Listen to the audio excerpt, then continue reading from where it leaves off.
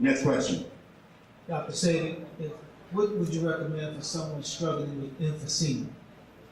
Again, where is the mucus with emphysema? On the lungs. So what do? You cleanse it. You cleanse the emphysema away. The gentleman here is with it. You know, emphysema means what? Polyps in the lungs. Or mucus covering the cells of the lungs. So we have to sweep it out. So we give them the compound that will sweep that out and rebuild the cells of the lungs.